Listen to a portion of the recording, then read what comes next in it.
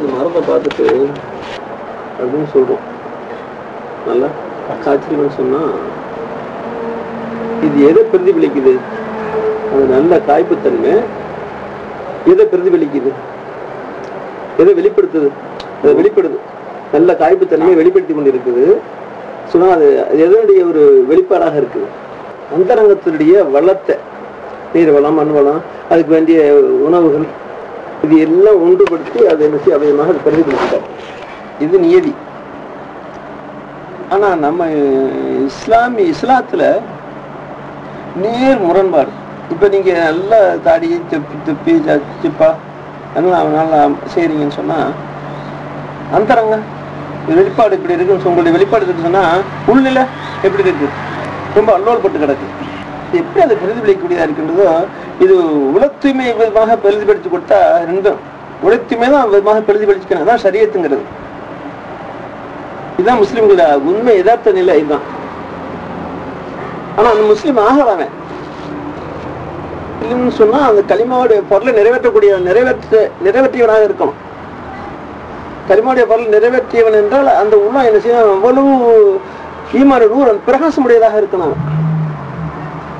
அவன் தான் முஸ்லீம், உண்மையான முஸ்லீம். இல்லைன்னா இன்னும் முஸ்லீம் ஆகல. அவன் முஸ்லீமா நுனியாவில் நிக்குது, நுனி நாவலும் நிக்குது. இன்னும் உள்ளத்தால் அவன் முஸ்லீம் ஆகல, உள்ளத்தால அவன் முஸ்லீம் ஆகல. வேணும் அவன் முஸ்லீம் முழுமையாக பரிபூர்ணமாக ஏற்றுக்கொள்ள முடியாது. அப்போ அந்த ஆகம் சரியா இருக்கணும். அப்போ இஸ்லாத்துல முஸ்லீம் அதான் அடையாளம். முஸ்லீம் அவனுக்கு அடையாளம் என்ன? எந்த குரோதமும், எந்த பகமையும், எந்த ஒரு கசடுகளும் மனசு கடைசியில் ஒருவருக்கு ஒரு பரஸ்பரம் கசடுகள் வைக்காத ஒரு நிலையை தான் முஸ்லீம் சொல்றது. எந்த கோலு குறப்புறம் அந்த கசடு வைக்காம, வெறுப்பு பாராட்டாம, முகம் திருப்பி கொள்ளாம, ஒருவனை பார்த்து, ஒரு முஸ்லீமை பார்த்து, சக முஸ்லீமை பார்த்து முகம் திருப்பி கொள்ளாம, முகம் கோணி கொள்ளாம, முகம் சுழித்து கொள்ளாம இருக்கிறதா முஸ்லீம் அடையாளம். இதெல்லாம் ஒரு மனிதனுக்கு, ஒரு முஸ்லீமுக்கு இருந்தா அவன் முஸ்லீம் ஆகலன்னு அர்த்தம். சரியான பரிபூர்ணமான முஸ்லீம், உண்மையான முஸ்லீம் ஆகலன்னு அர்த்தம். முஸ்லீமாக இருக்க முடியாது நிச்சயமாக அவன். புரியுதா இல்லையா? அப்ப யாருக்கு அது வாக்கியம் சொன்னா அந்த உள்ளம், இந்த ஈமான் நூறு பிரகாசம் அவனுக்கு உடையதாக ஆகும்போதுதான் அந்த நிலை அவனுக்கு சாத்தியப்படும். இவரெல்லாம் இருக்க முடியும் அவனால. என்ன ரசூல்லா போனாங்கன்னா அந்த கலிமாவுடைய பொருள் நிறைவேற்றினாங்க, அவங்க நிறைவேற்றக்கூடியல இருந்தாங்க. அதனால குப்பை தீ தலையில கொட்டினா கூட என்ன செய்ய முடிஞ்சு? அவரோட மீண்டும் அந்த சம்பவம் நடக்காத போது அவளை போய் என்ன செஞ்சப்ப என்சி கேட்டு அவங்களுக்கு முடியாம இருக்கான்னு சொல்லி ஓடி பார்க்க முடிஞ்சு அவங்களுக்கு. அந்த என்சி அந்த வெறுப்பை காட்டாத நிலையில. ஏன்னா கலிமாவுடைய பொருள் அதான் சொல்லுது. முஸ்லீம் அல்லாஹார நீ ஒரு மனசுல ஒரு பற்றி கசடம் வச்சுக்கிட்டீங்கன்னா உன் மனம் கெட்டு போயிடும். உன் மனம் கெட்டு போதும். அதுக்கு அவர்கள் காரணம் காட்டி கொண்டிருக்க நீ. அந்த காரணம் பொய்யானது, போலியானது. அது ஏற்றுக்கொள்ளப்பட முடியாத ஒரு விஷயம். அது எல்லா இடத்துல ஏற்றுக்கொள்ளப்பட மாட்டாது. இவன் இந்த மாதிரி இதை எனக்கு பண்ணணும், அந்த மாதிரி பண்ணணும், அதனால என் மனசை நான் கசரா என் பேர்ல கசரம் உண்டாக்கிட்டேன்னு சொன்னா அல்லாஹ் இந்த ஜவாபை ஏற்றுக்கொள்ளப்பட மாட்டாது. நிச்சயம் தான் அல்லாஹ் சொல்றான். அந்த தொழுகைக்கு ஏன் தொழுகணும்னு சொன்னா நான் அது காரணம் இது காரணம், ஒரு நிலை மனநிலை, ஒரு நிலையோட நான் சொல்ல முடியாத காரணம் இதெல்லாம் காரணமா இருந்துச்சு எனக்கு. ஆனா என் மனம் கெட்டு போயிருச்சு, அதனால சொல்ல முடியாம இருந்தா இந்த ஜவாப் ஏற்றுக்கொள்ளப்பட மாட்டாது. இதைத்தான் ஏற்றுக்கொள்ளப்பட மாட்டாது. இத்தகைய போலி காரணங்களை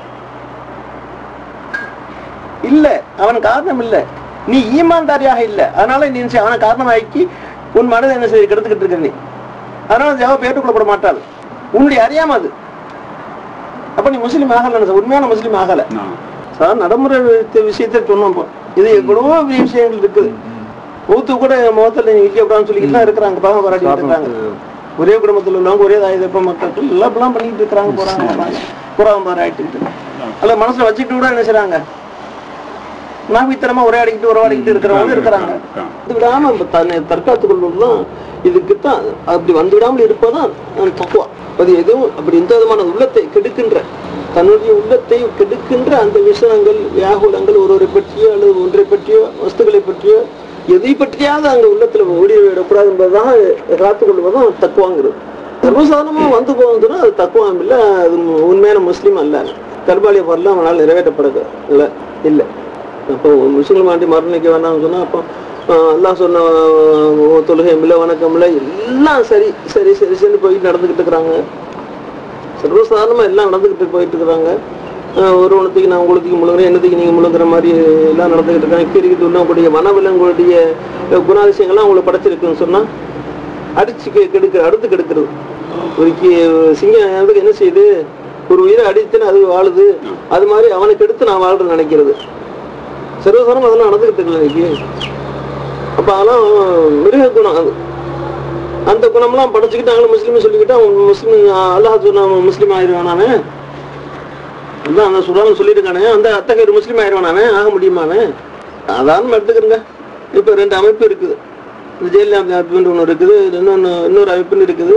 இப்ப இவரை பத்தி அவர் என்ன பேசுறாரு, அவரை பத்தி இவர் என்ன பேசுறாரு? இப்ப 2 பேருக்கும் ஒருவரை பத்தி ஒருவருடைய மனநிலை எப்படி இருக்கும்?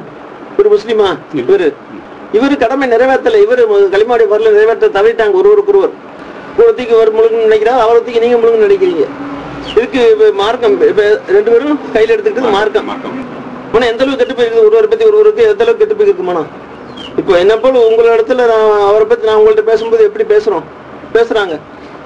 இப்ப அவரே ஜெயலலிதா எடுத்துக்கிறேங்க.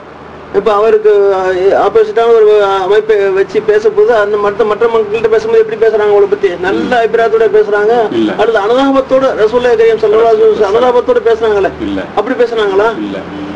இல்ல ஒரு எதிராளிய எதிரிய மனதில் எப்படி வளர்த்தத்துல உருவப்படுத்தினோம் அப்படித்தானே வச்சுக்கிறாங்க. இப்ப அவங்க மனம் எப்படி இருக்குது இன்றைக்கு? இருக்க முடியாது. அவங்களுக்கு பின்னாலையும் பேசினா கூட அவங்க இடத்துல மன்னிப்பு கேட்காதவரை அவங்க அல்லாஹ்தாலா அவங்க குற்றங்களை மன்னிக்க மாட்டான் நிச்சயமாக. இதெல்லாம் மறுமையில் நடக்கக்கூடிய விஷயம்.